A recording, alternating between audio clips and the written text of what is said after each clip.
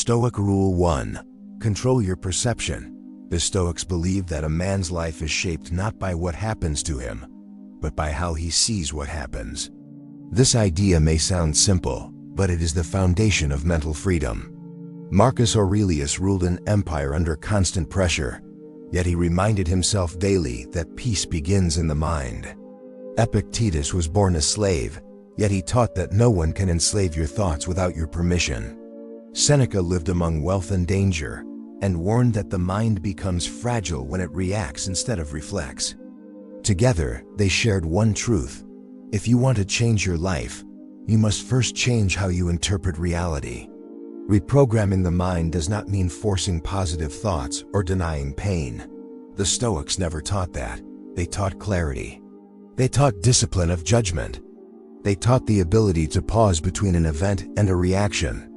This pause is where power lives. Most people lose control of their lives because they surrender this space.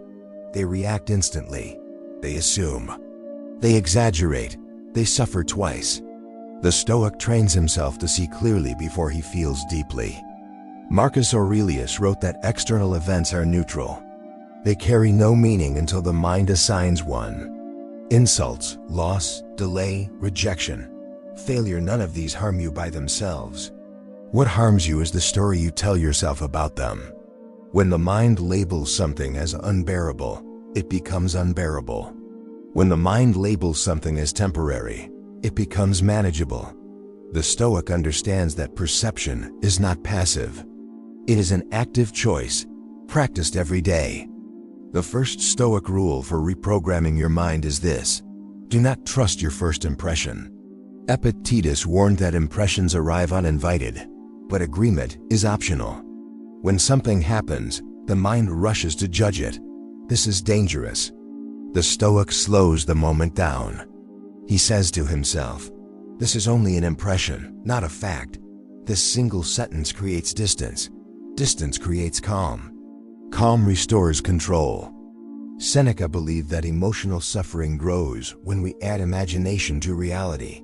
A setback becomes a disaster. A mistake becomes an identity. A delay becomes a sign of failure. The Stoic cuts these exaggerations at the root. He asks one simple question: what actually happened? Not what he fears. Not what he predicts. Not what he assumes others think. Just the facts. This practice alone begins to reprogram the mind. To control perception, the Stoic practices voluntary awareness. He observes his thoughts without obeying them.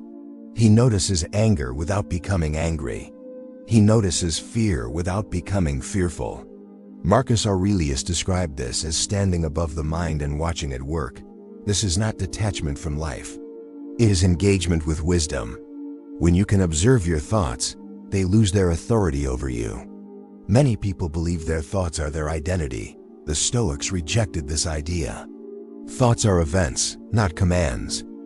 Epictetus taught that you are not disturbed by events, but by your opinions about events. This means that peace is always available.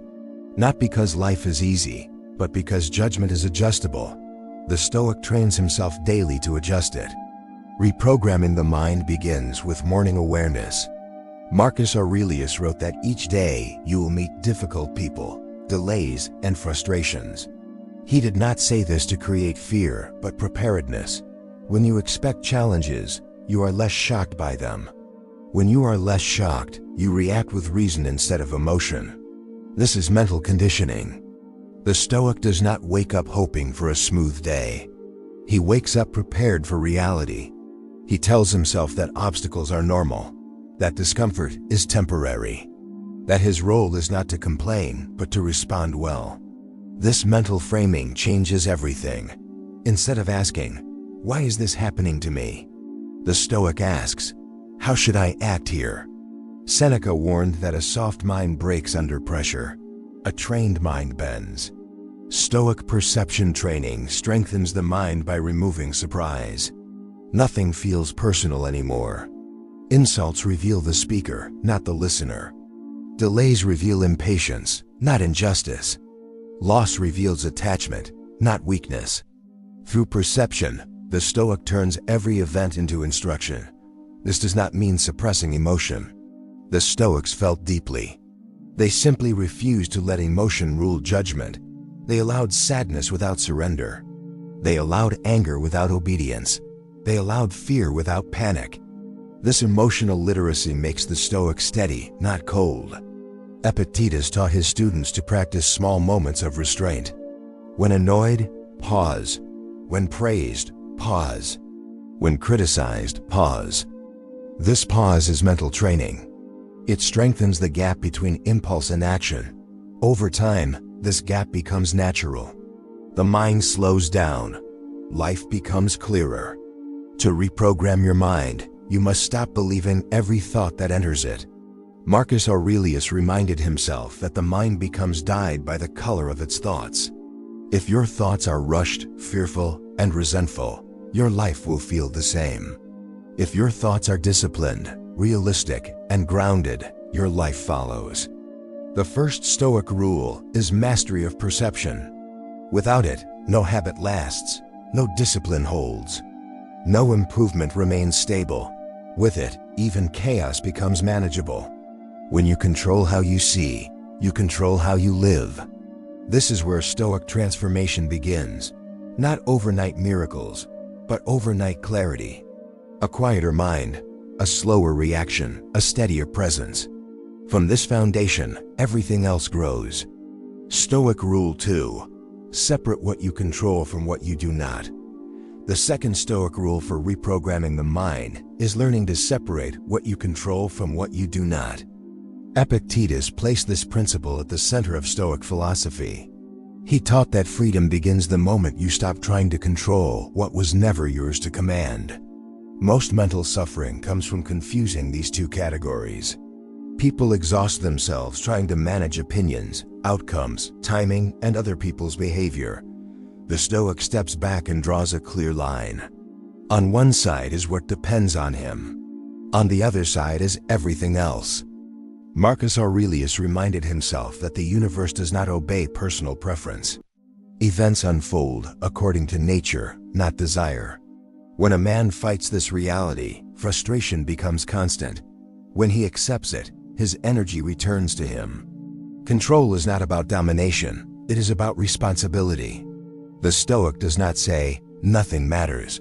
He says, "Only certain things are mine to shape." Seneca warned that emotional chaos comes from misplaced effort. A man worries about reputation but neglects character. He worries about being liked but ignores being respectable. He worries about results but avoids discipline. This imbalance weakens the mind. Stoic training restores balance by redirecting attention. The Stoic asks himself, "Is this within my power?" If the answer is no, he releases it. If the answer is yes, he commits fully. What you control is limited, but powerful. You control your judgments.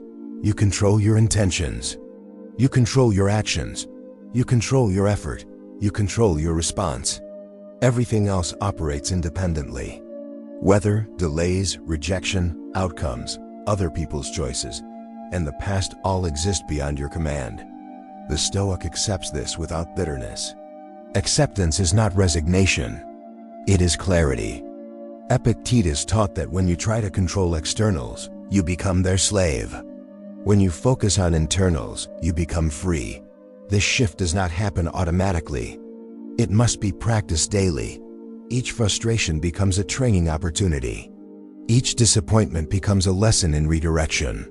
Instead of asking why something happened, the Stoic asks where part of this is his responsibility. Marcus Aurelius wrote that if something is endurable, then endure it without complaint. If it is not endurable, it will end anyway. This perspective dissolves panic.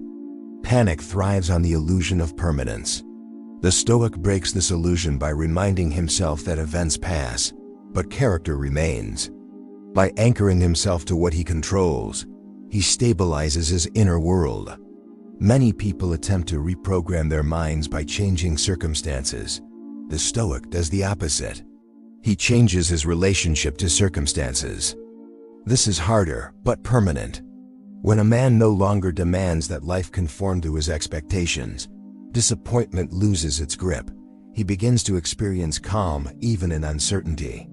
Seneca observed that most suffering is imagined before it arrives, or remembered long after it passes. The Stoic shortens this unnecessary pain by returning to the present. The present moment is the only place where control exists. Regret lives in the past. Anxiety lives in the future. Discipline lives now. When the Stoic feels his mind drifting, he brings it back to action. Control also means accepting limits. The Stoic does not overestimate his power. He does not promise outcomes. He promises effort. This protects the mind from collapse. When success comes, he receives it with humility. When failure comes, he studies it without self-hatred. Either way, his identity remains intact.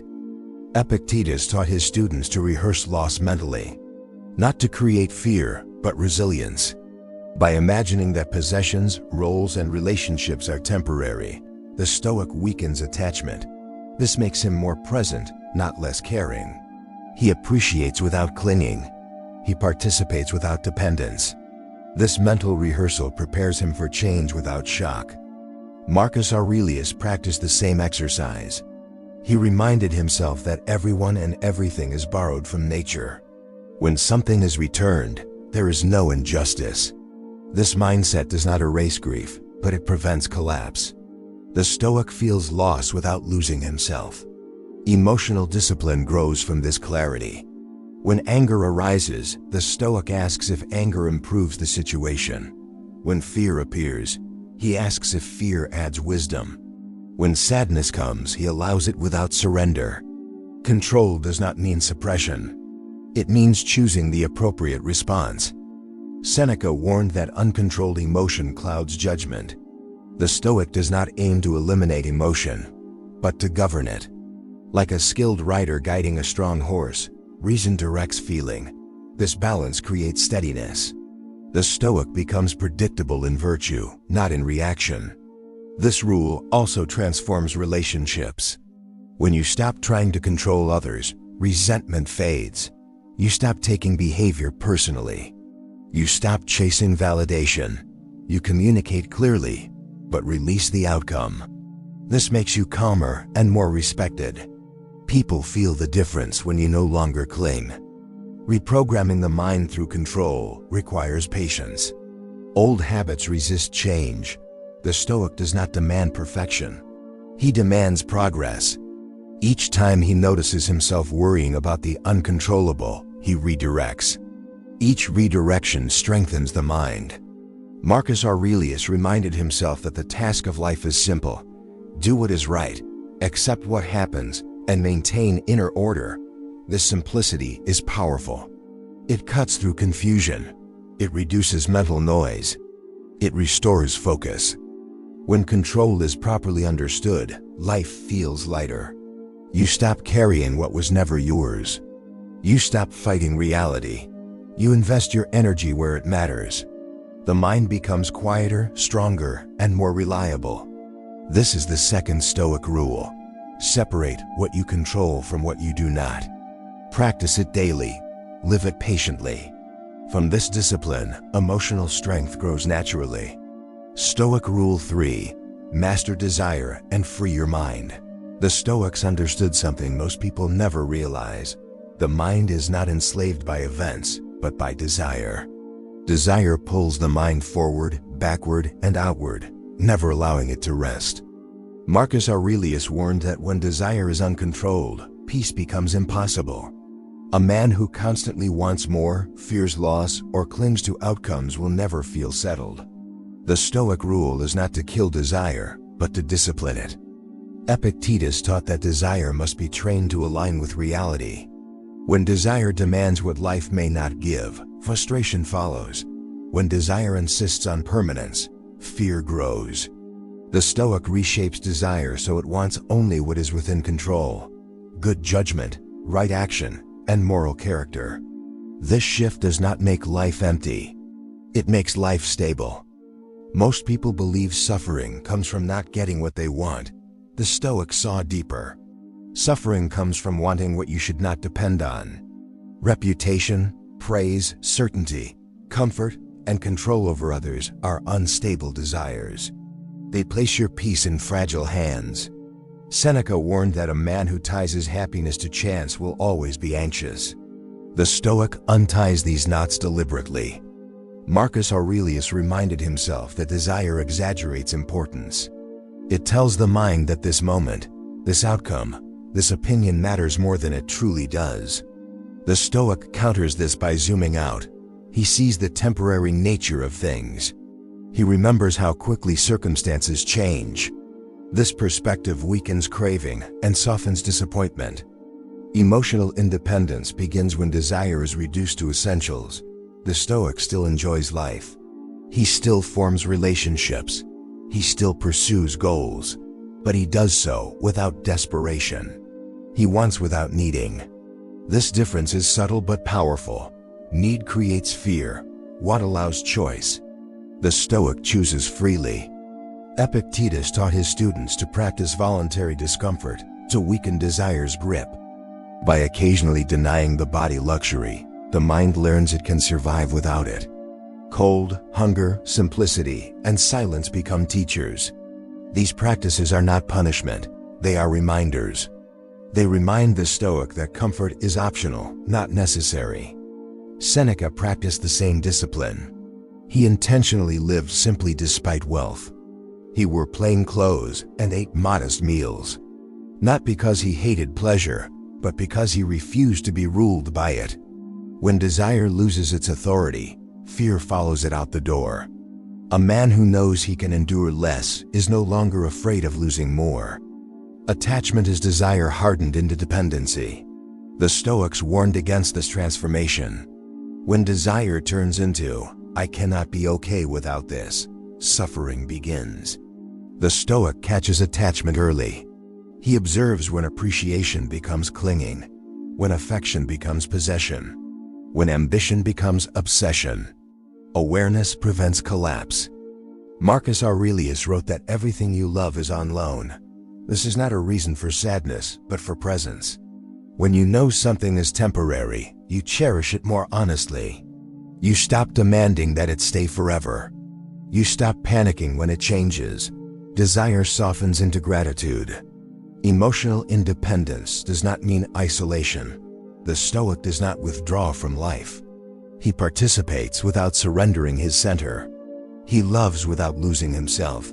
He works without tying his worth to results. He engages without begging for approval. This balance creates quiet confidence. Epictetus warned that craving approval enslaves the mind. When you depend on praise, criticism wounds deeply. The Stoic shifts his desire inward. He wants to act well, not be seen acting well. He wants to be just, not admired for justice. This redirection protects inner peace. Desire also fuels comparison.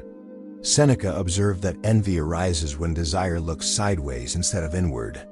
The Stoic avoids this trap by measuring himself against principle, not people. He asks, "Am I improving?" Not, "Am I winning?" This removes rivalry from the mind. To reprogram desire, the Stoic practices mental subtraction. He asks, "What if this were taken away?" Not to create fear, but to reduce attachment. By rehearsing loss, desire loosens. Gratitude increases, fear decreases. The mind becomes lighter. Marcus Aurelius practiced this daily. He imagined waking without certain comforts, people, or roles. When they remained, he appreciated them. When they disappeared, he was prepared. This readiness is emotional armor. The Stoic also examines hidden desires. The desire to be right, the desire to control outcomes, the desire to be needed. These desires quietly poison the mind. They create tension and disappointment. By bringing them into awareness, the Stoic dissolves their power. Seneca warned that unchecked desire creates constant agitation. The Stoic seeks tranquility, not excitement. Calm becomes the goal. This does not dull ambition. It purifies it. The Stoic works steadily, not desperately. He rests without guilt. Emotional independence grows slowly. Each time you release a demand, strength returns. Each time you accept uncertainty, peace expands. Each time you let go of what you cannot hold, clarity sharpens. Epictetus taught that when desire aligns with reason, life flows smoothly. You stop fighting reality. You stop begging circumstances. You move with dignity. This alignment is freedom. This is the third Stoic rule: master desire. Reduce attachment. Build emotional independence. When desire no longer commands the mind becomes calm, strong, and clear. Stoic Rule 4. Build discipline through daily action. The Stoics believe that the mind is shaped not by intention, but by action repeated over time.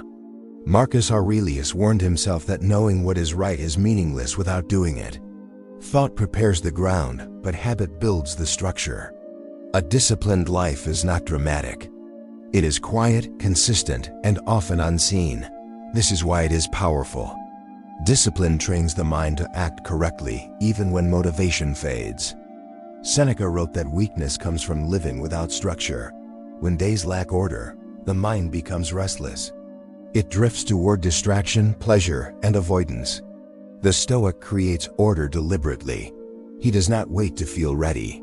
He acts according to principle. Over time, this action reshapes identity. You do not become disciplined by thinking about discipline. You become disciplined by practicing it daily. Epictetus taught that every action is a vote for the kind of person you are becoming. Small choices matter. Getting up when it is difficult. Speaking honestly when it is uncomfortable. Stopping when excess calls. These moments train the mind more than grand resolutions.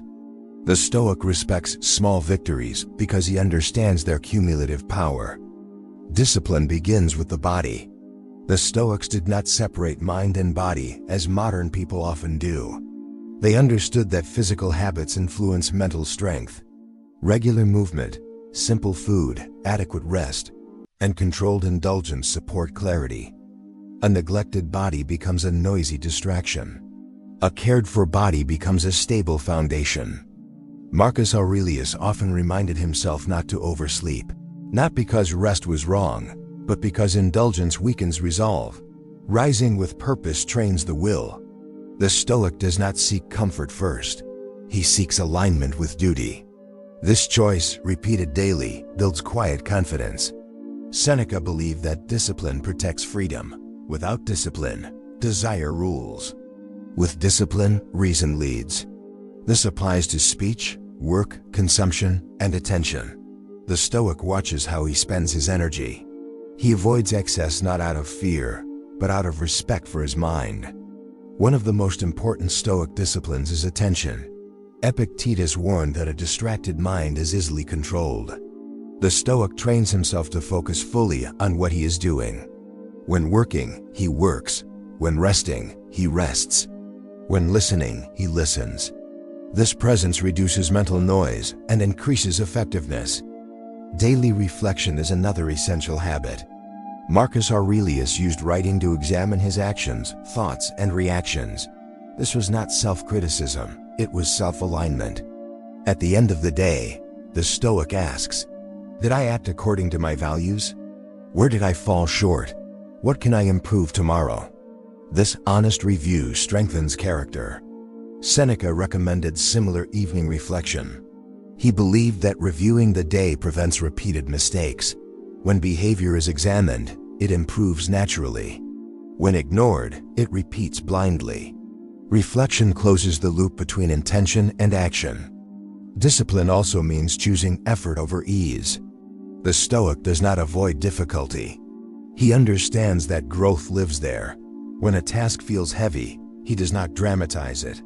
He breaks it into steps. He begins. Action dissolves resistance. Procrastination feeds it. Epictetus taught that you must train for life as an athlete trains for competition. No athlete waits until the contest to build strength. He prepares daily. The Stoic prepares his mind through repeated challenges. He practices patience when irritated, courage when afraid, restraint when tempted. These are mental muscles. The Stoic does not aim for perfection. He aims for consistency. Missing a day does not end the practice. Giving up does. Discipline is forgiving but firm. It corrects without cruelty. It guides without indulgence. Marcus Aurelius reminded himself that no one is forcing him to act badly. This awareness creates responsibility. When you stop blaming circumstances, discipline becomes possible. You act because it is right, not because it is easy. Seneca warned that luxury softens resolve. Excess comfort makes discipline feel painful. The Stoic occasionally chooses simplicity to restore balance. This is not asceticism. It is calibration. By lowering dependence on comfort, resilience grows. Routine plays a powerful role in mental programming.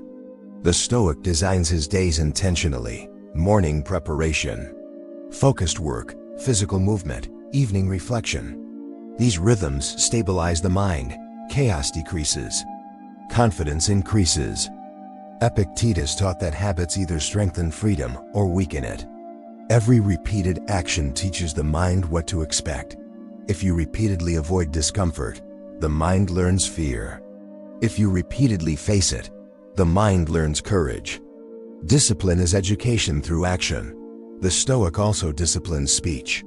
Words shape thought. Complaining reinforces helplessness. Gratitude reinforces resilience. Marcus Aurelius avoided unnecessary negativity because he knew it infected the mind. The Stoic speaks carefully, not to impress, but to preserve clarity. Over time, discipline changes identity. You stop asking who you want to be and start recognizing who you are becoming. Confidence grows quietly. You trust yourself because you have evidence. You have kept promises to yourself. This trust cannot be shaken easily. Seneca believed that the greatest reward of discipline is self-respect. When you live according to reason, peace follows naturally. You do not need external validation. Your conscience becomes calm. This is the fourth Stoic rule. Build discipline through daily action, not through intensity, but consistency. Not through force, but structure. Action trains the mind. Habit shapes character, and character determines life. Stoic Rule 5. Turn adversity into inner strength. The Stoics never promised a life without hardship. They promised a mind strong enough to meet it. Marcus Aurelius ruled during war, plague, and betrayal, yet he wrote calmly about accepting difficulty as a natural part of existence. For the Stoic, adversity is not a disruption of life. It is life itself, presenting a test. When you understand this, struggle stops feeling personal and starts feeling purposeful. Most people break under adversity because they believe it should not be happening. Seneca warned that this belief multiplies suffering. Pain is manageable. Resistance to pain is exhausting. The Stoic does not ask why life is difficult. He asks how he should respond. This shift changes everything. The problem becomes a training ground instead of a punishment. Epictetus taught that adversity reveals character. Comfort hides weakness. Difficulty exposes it. When pressure arrives, habits surface. Complaints, panic, blame, or discipline, patience, and courage. The Stoic welcomes this exposure. Not because it feels good, but because it shows where work is needed. Without challenge, improvement remains theoretical.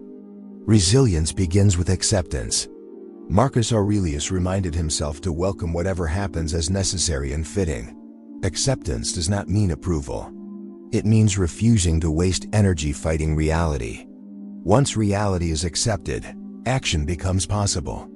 The Stoic moves forward instead of arguing with fate. Seneca believed that hardship strengthens the mind the way resistance strengthens the body. Muscles grow by being challenged. The mind grows the same way. Avoidance creates fragility. Exposure builds endurance. The Stoic does not seek suffering, but he does not run from it either. He meets it with steadiness. Adversity also strips away illusion. When things fall apart, false priorities disappear. What remains is what truly matters: character, judgment, conduct. The Stoic focuses on these because they cannot be taken away. This focus creates stability even when circumstances are unstable. Epictetus taught that you always have a choice in how you respond. You may not choose the event, but you choose the attitude. This choice is the core of Stoic resilience. When fear arises, the Stoic asks whether fear improves the situation. When anger appears, he asks whether anger clarifies or clouds judgment. This questioning restores control. Marcus Aurelius wrote that obstacles are not barriers, but materials. What blocks the path becomes the path. This is not poetic optimism, it is practical philosophy. A setback becomes a lesson in patience. A loss becomes a lesson in detachment. A delay becomes a lesson in endurance. Each obstacle trains a different virtue. Resilience grows through repeated exposure to difficulty handled well. One strong response builds confidence for the next. Over time, the mind stops panicking. It recognizes familiar terrain. The Stoic becomes calm not because life is easy, but because he has trained for difficulty. Seneca warned against catastrophizing. The mind often imagines outcomes worse than reality. This drains strength before it is needed. The Stoic counters this by staying present. He deals with what is happening now, not what might happen later. Presence conserves energy. Another Stoic practice is voluntary hardship. By occasionally choosing discomfort, the Stoic reduces fear of it.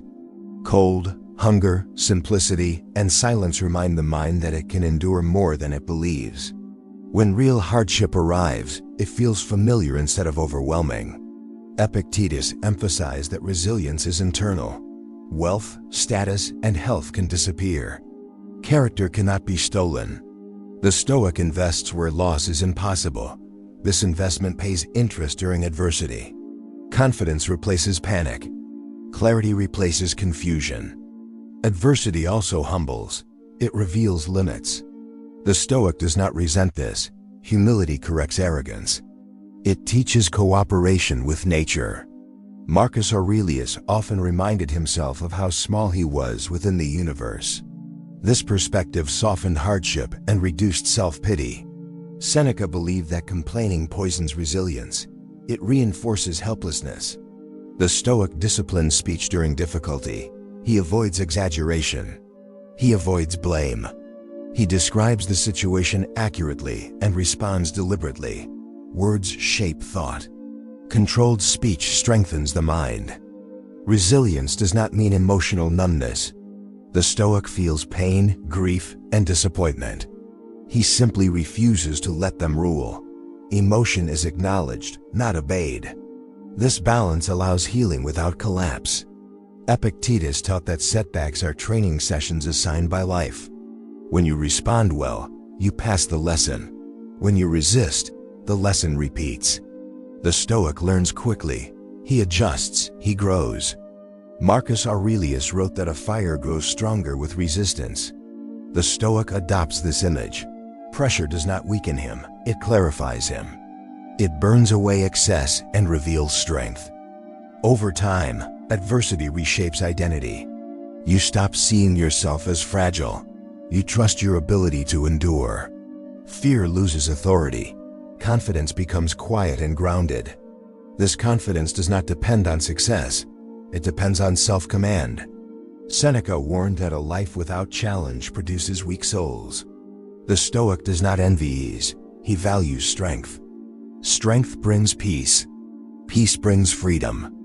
This is the fifth Stoic rule. Use adversity. Do not waste it. Accept it. Study it. Respond with reason. Every hardship contains a lesson. Every lesson builds resilience. And resilience creates a mind that cannot be easily shaken. Stoic Rule 6. Live by reason and become unbreakable. The final Stoic rule is not a technique. It is a way of living. Marcus Aurelius believed that the mind reaches peace when it aligns fully with reason and nature, not emotion, not impulse, not desire, reason. When reason governs life, the mind becomes steady. When the mind is steady, life becomes manageable. This is the ultimate aim of Stoicism, not control over the world, but harmony within yourself. Epictetus taught that philosophy is useless if it remains theoretical. Stoic wisdom must be lived daily, in small moments, under pressure, and in silence. You do not prove your philosophy with words, but with reactions. How you respond when plans fail, how you act when no one is watching, how you behave when emotions rise. These moments reveal whether the mind has truly been reprogrammed. Seneca warned that knowledge without application creates arrogance, not strength. The Stoic does not collect ideas to feel superior. He applies them to become stable. Living by reason means choosing the best response available, even when it is uncomfortable. It means telling the truth when lying is easier. It means restraint when indulgence calls. It means patience when anger tempts. Reason creates consistency. When you act according to reason, your behavior becomes predictable in virtue. You are no longer ruled by mood. You no longer swing between extremes. This consistency builds trust in yourself. And self-trust is the foundation of confidence. Marcus Aurelius reminded himself that life is short and uncertain. This awareness sharpened his priorities. The Stoic does not delay living well. He does not postpone discipline. He does not wait for perfect conditions. He acts now because now is all that is guaranteed. Living by reason also means accepting impermanence. Everything changes, roles end, relationships shift, bodies weaken. The Stoic does not resist this truth. He integrates it. Acceptance reduces fear. When you stop demanding permanence, loss loses its power to destroy you. Epictetus taught that freedom is internal. No one can force you to judge wrongly. No one can make you abandon your principles without your consent. This realization creates unshakable independence. Even in hardship, the Stoic remains free because his mind belongs to him. Seneca believed that tranquility comes from self-agreement. When your actions align with your values, inner conflict fades. You stop feeling divided. You stop regretting your choices. Peace follows naturally. This peace does not depend on comfort or success. It depends on integrity. Living by reason requires courage. Reason often asks you to do what is difficult. To endure discomfort, to stand alone, to delay pleasure. The Stoic accepts this cost because the reward is freedom. A disciplined mind sleeps well. A dishonest mind never rests. Marcus Aurelius wrote that the soul becomes dyed by the quality of its thoughts. Living by reason refines thought. You stop exaggerating. You stop assuming. You stop reacting blindly. Clarity replaces confusion. Calm replaces urgency. The Stoic also learns to serve the greater whole. Reason reminds him that he is part of humanity, not separate from it. Justice, fairness, and patience guide his actions. He does not harm others to satisfy ego. He does not exploit weakness. He acts with dignity. Epictetus emphasized responsibility. The Stoic does not blame fate, people, or circumstances for his inner state. He takes ownership of his judgments. This responsibility empowers him. Victimhood disappears. Strength remains. Living by reason simplifies life. Decisions become clearer. When faced with a choice, the Stoic asks, "Is this aligned with virtue?" If yes, he proceeds. If no, he declines. This filter removes noise. Complexity fades. Seneca warned against distraction. A scattered mind cannot live reasonably. The Stoic protects his attention. He limits excess information. He values silence. He chooses depth over stimulation. This mental diet supports clarity. Over time, reason reshapes identity. You stop reacting automatically. You pause. You choose. You act deliberately. This deliberate living builds a calm authority. Others feel it. You do not need to announce it. Marcus Aurelius believed that the reward of a good life is becoming a good person. Not fame, not applause, not comfort, character. When the Stoic looks inward and finds order, he feels fulfilled regardless of circumstance. Epictetus taught that suffering decreases as wisdom increases. Not because life becomes easier, but because interpretation improves. The Stoic no longer adds unnecessary pain. He carries only what is required. Living by reason does not make life perfect. It makes it stable. You still face loss, failure, and uncertainty, but you face them equipped. The mind no longer collapses, it adapts. Seneca believed that a well-ordered mind is the greatest possession. External goods can be taken, inner order cannot. This order produces resilience, dignity, and peace. As the Stoic integrates all rules, something changes. Life feels lighter. Reactions slow, confidence grows, fear loses control. The mind becomes an ally instead of an enemy. This is mental reprogramming. Not overnight fantasy, but lasting transformation. Built through perception, control, desire, discipline, resilience, and reason. Marcus Aurelius wrote that happiness depends on the quality of your thoughts. The Stoic trains those thoughts daily. Epictetus taught that freedom comes from self-command. Seneca showed that peace comes from virtue. This is the Stoic path. Simple, demanding, powerful. Live by reason, accept reality, act with integrity. And you will build a mind that remains calm in chaos, steady in loss, and unbreakable in adversity.